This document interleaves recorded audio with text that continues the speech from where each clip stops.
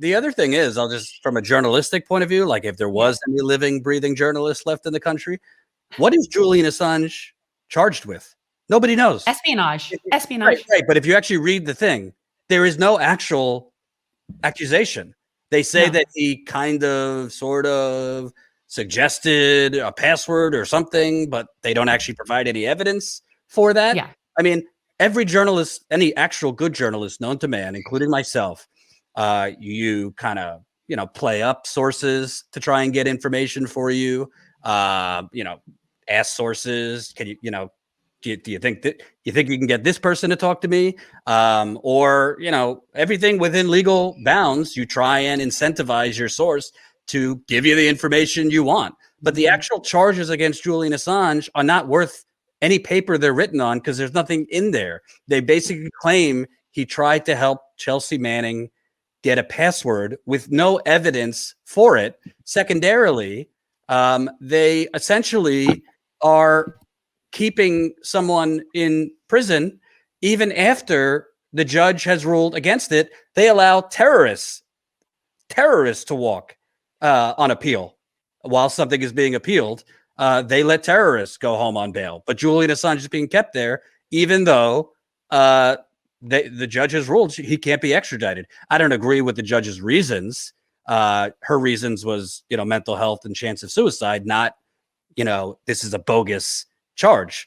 But the point is, I agree with you, Jen, that we do have an opportunity here to put pressure, because I don't think Joe Biden could answer what he's being prosecuted for. I don't think Merrick Garland could answer it, because there is no answer for it. There is no evidence that Julian Assange actively worked to hack anything. And that is what they're supposedly charging him with. And it is completely flimsy. And if there was a pressure campaign, not only against Biden, Garland, the New York Times, the Washington Post, I don't really think any of them have an answer other than Russia, which is not what he was charged with. You want to hate him and be like a resistance, scoundrel that you think he elected Donald Trump? That's fine. You're wrong, but that's fine. But nobody seems to be able to answer what is he actually being prosecuted for and why is he still in jail. It's a major opportunity we have if the left would come together. And I would say, I agree with Peter.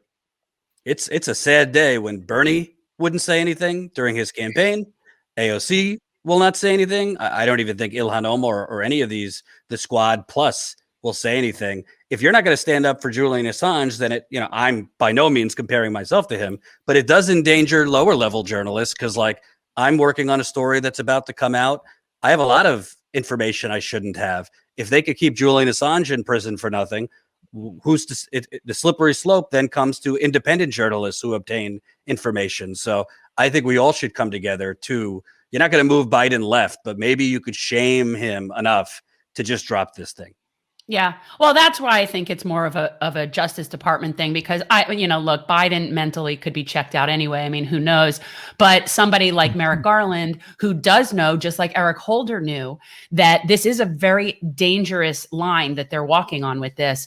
And that would be the case, even if they thought they could have something maybe, but they don't have anything. And even keeping Chelsea Manning incarcerated for however long and trying to get her to say something was not successful. So this, at this point, is just this amorphous hate of Julian Assange by the mainstream. Like, it's completely amorphous. You'll get everybody saying things like having to do with the 2016 election. You'll get people that still bring up those fraudulent Swedish sexual assault claims that we know led to nowhere, but that was still lingering, because once it's out there, it's out there. And so that's what the general perception is of him. Most people have no idea. They just think Julian Assange bad. Well, the Democratic establishment didn't really have a problem with Assange over a decade ago when he exposed the war crimes of the Bush-Cheney administration. Just saying, this is all hyper-partisan politics. Thanks for watching. If you want to support our mission to transform politics into service, please like this video, subscribe, follow us on social media, and consider joining our Patreon, where you'll get early access to our interviews as well as other exclusive content. Links are in the description. Peace out.